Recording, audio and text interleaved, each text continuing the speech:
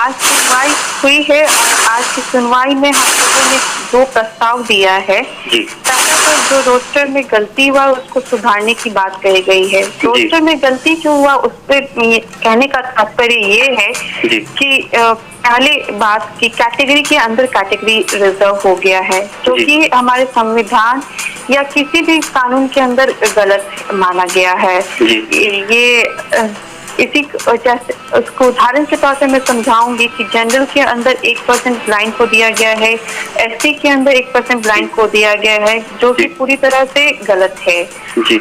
इसलिए इसको सुधारने की बात कही गई है। दूसरा कि जैसा आप जानते हैं कि बिहार में 38 जिले हैं, 38 जिलों में ही सारी वैकेंसी है, लेकिन दरभंगा एक ऐसा जिला है जहाँ पे एक भी पोस्ट नोटिफाई नहीं किया गया है, उसको सुधारने की बात कही गई है। तो हमारी तरफ से ये प्रस्ताव दिया गया है कि आपके जो रोस्टर में गलती हो गई है उसको सुधारिए, और हम लोग ऑनलाइन इसको फिर से भरने के लिए तैयार हैं। क्योंकि हम लोगों ने जो प्रस्ताव दिया है ये कुछ इजी स्टेप नहीं है, इसको करने में सरकार को भी थोड़ी सी तरफ से पहल करनी पड़ेगी, और हम लोग भी चाहते हैं कि कोई मध्य रास्ता निकले कि ये जो बड़ी सी समस्या खड़ी है उसको हम लोग सुलझा लें। एक नए वैकेंसी 4% अगर रख देते हैं तो ये नए वैकेंसी निकालना और फिर ये कब वैकेंसी आएगी और कितने दिन लगेगी। जैसे कि आप जानते हैं कि बिहार सरकार कोई भी नियुक्ति करती है तो उसमें मिनिमम 2 से 3 साल लगते हैं। तो पहले ही से ये केस चल रहा है और इसमें हो जाता है, तो हम लोगों को भी बहुत जल्द से जल्द रिलीफ मिलेगा और हमारी भी पोस्टिंग हो जाएगी। एक नई वैकेंसी के इंतजार में बहुत लंबा समय चला जाएगा, और वो कब आएगा जैसा आप जान रहे हैं कि अभी हम लोग महामारी के दौर से दौड़ रहे, कोरोना के कारण सारे काम में विलम्ब है, कोई नया वैकेंसी नहीं आ रहा है। तो हम लोगों ने इसीलिए प्रस्ताव दिया कि इसी रोस्टर में सुधारा जाए और इसी रोस्टर में ही हम लोगों से पूछ लिया जाए कि हमारी क्या प्रेफरेंस है, सुधारा जाए और इसी रोस्टर में ही हम लोगों से पूछ लिया जाए कि हमारी क्या प्रेफरेंस है। इसीलिए महाधिवक्ता ने टाइम लिया है और ये केस सोमवार के लिए रखा गया है। कोर्ट तो इतना त्वरित कार्रवाई चाहती है इस मामले में कि वो शनिवार को भी सुनवाई जानते कि हाई कोर्ट शनिवार को बंद रहती है, लेकिन कोर्ट शनिवार को भी बैठने को तैयार थी। जिले हैं 38 जिलों में वैकेंसी आई है। तो मान लीजिए 38 जिले में आपने जनरल को दे दिया है और रिजर्व कैटेगरी जो 4% उनको नहीं दिया है, तो दरभंगा में भी तो कोई ब्लाइंड हो सकता है, कोई डिसेबल हो सकता है, तो उनका भी राइट बनता है कि वो अपने होम टाउन में अप्लाई करे। यही मुद्दा है कि आपने हमको वहाँ दूसरे जब लोगों को मिल रहा है तो मुझे भी मिलना चाहिए, मुझे भी आरक्षण का लाभ भी बहुत जल्द आ जाएगा, शायद शाम तक भी आ जाएगा। ऑर्डर में ही लिखा गया है कि क्लैरिफिकेशन के लिए टाइम लिया गया है। जैसे कि आप जानते हैं कि कैटेगरीज बनी हुई हैं और सब कैटेगरीज के अपने अपने सीट होते हैं, है ना। जैसे मान लीजिए जनरल है, ओबीसी है, महिला है, तो महिला आप देखिएगा 35% आरक्षण महिला को मिलता है, उसमें तो कोई कैटेगरी बनी हुई नहीं है ना। तो वो उसी तरह से कैटेगरी के अंदर कैटेगरी की बात जब आती है तो हमारा भी रूल 11 कहता है पर्सन ऑफ डिसेबिलिटीज एक्ट में कि हमारा एक अलग कैटेगरी होना चाहिए। हम कैटेगरी के अंदर कैटेगरी नहीं आते हैं, ये तो किसी अधिनियम के ही विरुद्ध चला गया ना। ये बहुत बड़ी त्रुटि हो गई है। हम जब अलग कैटेगरी में आते हैं तो हम कैटेगरी के अंदर कैटेगरी कैसे आ जाएंगे? ना ये संविधान कहता है, ना ये पर्सन विद डिसेबिलिटीज एक्ट कहता है। जैसे कि मान लीजिए मैं मधुबनी की रहने वाली हूँ और मधुबनी में आपने 1% हम आरक्षण का लाभ मुझे मिलेगा। 1% आरक्षण सीट बहुत कम होती है। मान लीजिए 1 सीट दे दिया आपने ओबीसी का और मैं जनरल की कैंडिडेट हूँ और मैं बहुत अच्छा मार्क्स भी लाई हूँ, मैं एलिजिबल भी हूँ, तो चूंकि ये सीट ओबीसी ब्लाइंड के लिए गया है तो जनरल ब्लाइंड वहाँ पे अप्लाई नहीं कर सकते हैं। ये गलती हुई है। तो ये अगर ये नॉर्मल ब्लाइंड के लिए हो जाए, सारे ब्लाइंड को एक तरह से, जैसे कोई भी ब्लाइंड जो भी हो, ओबीसी हो, एससी हो, जनरल हो, जो अच्छा करेगा बेस्ट कैंडिडेट होगा उसको होगी।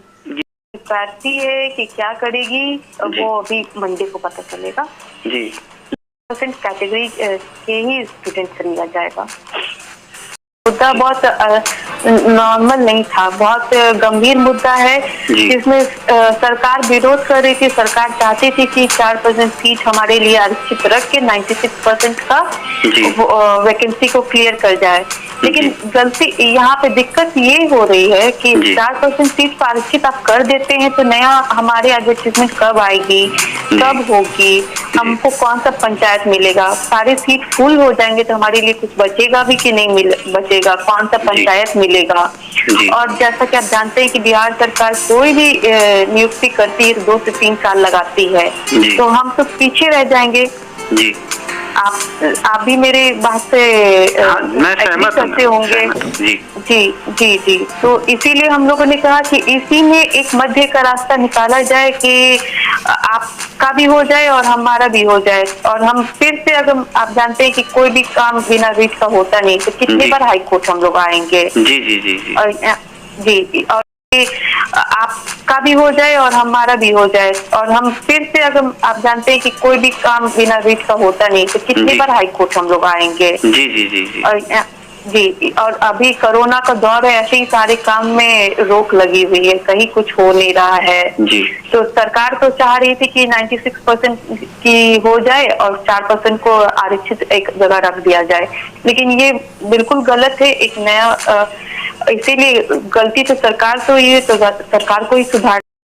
जो हुआ मैंने आपको बता दिया कि यही हमारे तरफ से प्रस्ताव रखा गया। हम लोगों ने बोला कि हमको जो भी हो हम लोग करने की जल्दी है, हम ज्यादा टाइम लेंगे भी नहीं। और हम ऑनलाइन हम लोगों को दिया जाए कि हम लोग ऑनलाइन अप्लाई करके आप लोग को 15 दिन के अंदर सब चीज दे दें।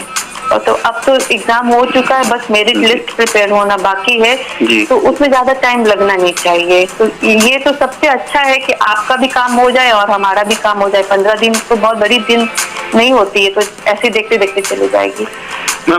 मुश्किल है क्योंकि अभी ऐसा है कि हम लोगों ने प्रस्ताव रखा और आज जैसा महान्यायवादी का था वो एग्री नहीं कर रहे थे। वो तो चाहते हैं कि 4% सीट को आरक्षित रख दिया जाए और 96%। तो देखिए अभी हम लोगों ने प्रस्ताव दिया है, अब उनकी तरफ से क्या होता है वो तो सोमवार को ही पता चलेगा।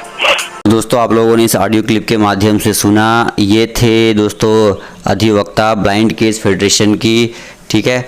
और इस पूरे ऑडियो में आपने सुना कि क्या कुछ पटना हाई कोर्ट में हुआ है और अब आगे बहाली की प्रक्रिया में क्या कुछ होगा। फिर से आवेदन जो हैं वो देने की बात कही जा रही है और 15 दिन का और समय लगेगा। अब जो विकलांग अभ्यर्थी छूट गए हैं उनका आवेदन लिया जाएगा और स्पष्ट रूप से वार्ता हुई है और पूरा का पूरा मैम ने बताया कि भाई मंडे को जो पटना हाई कोर्ट खुलेगा तो सबसे पहले ब्लाइंड केस फेडरेशन पे लाखों अभ्यर्थियों की निगाहें होंगी कि क्या कुछ जजमेंट आता है और जहां तक आवेदन की बात है वो तो लिया ही जाएगा। तो चलिए दोस्तों इस वीडियो में इतना ही, शेयर कीजिए। धन्यवाद दोस्तों, जय हिंद जय भारत।